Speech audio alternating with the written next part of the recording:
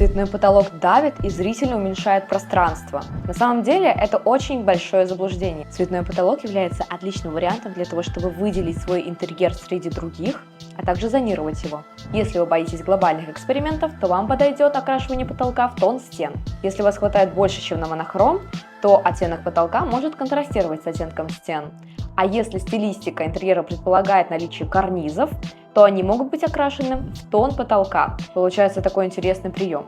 Также, как я уже говорила ранее, отличным решением является зонирование с помощью цвета. Вы можете выбрать какой-нибудь акцентный оттенок и перенести его со стен на потолок.